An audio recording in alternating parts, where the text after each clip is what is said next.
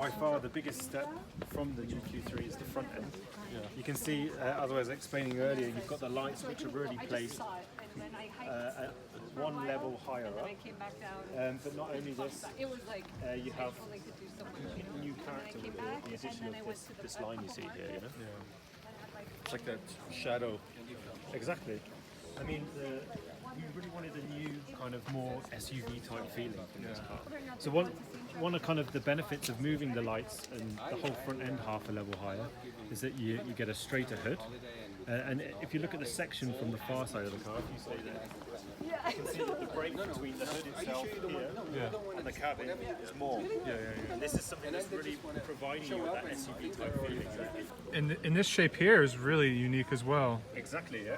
So you've got something that's very new, or something that we've used on the Q3 to kind of give it its own unique character, is what we call the mask. So the mask on the front is the line that runs all the way around here through the grille. And this has given us the opportunity to really give the Q3 its own unique character, because we've, like you said, we've been really playing with the sculpture, the light and shadow of these areas. And if you look at the tail or the light graphic that you have here, you've got this mask, which you can see quite evidently here.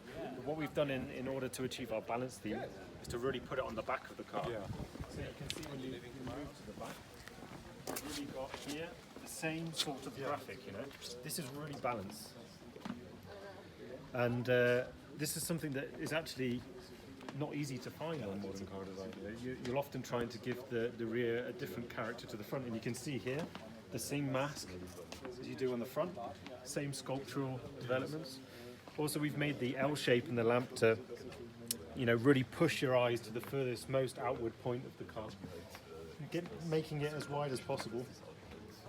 So this is kind of how we've dealt with the quattro blisters of the car and enabled to get the maximum amount of sculpture out of the platform that we had. You can imagine if this section here actually reached here, you would actually cut the shoulder off. You would also have a higher angle. So the effect is that this undercut is providing you with a much wider car and a much more expression in terms of the volume and the amount of power and the character that it's provided with the addition of this undercut. So you can also see that this is something that we've concentrated on here, but we've also made it flow into the light catcher in the lower area as well. You can also see that the roof, I mean, it's probably easier to see on the orange car there, but the silhouette of the car has completely changed. I mean, we've already discussed that the angles of the old car were very kind of neutral like this. And what we've done here is this. So you can see that the cabin itself has a lot of direction.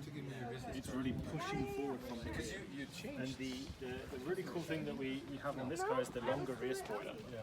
So the longer rear spoiler has a number of effects. The first of which is that you're technically actually playing with the rear kind of section of the car. But not only that, you have, if you can see very nicely here in this light, that the shadow that is cast by the spoiler itself is extremely big. So what you'll find is that the impression of this screen, the rear screen, is actually really compressed. So it's a really small rear screen, but you've actually not sacrificed any of the interior volume. So you have an effect that the whole cabin's been pushed and it's completely chopped from the rear itself. So what's your favorite element of the car?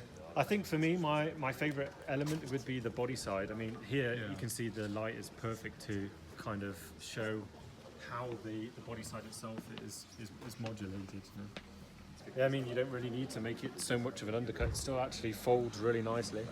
I mean, I have to say that the closing rear is one of, maybe if we can look from over here, you can see that the car is really wrapping in. You know? You see that the volume's really closing, tucking in. I mean, through the process, I would say 70% of this car was about volume and proportion. You know? You're really trying to tuck things in, change the shape of the roof, the character of the car, and that's really what we worked on. And you can see that's where the work's been spent. So you can see that the front wheel's been moved forward. You then get an increased amount of prestige mass between the A-pillar and the back of the wheel. Let's say the other car had the A-pillar almost like shadowed with the wheel. Exactly, yeah.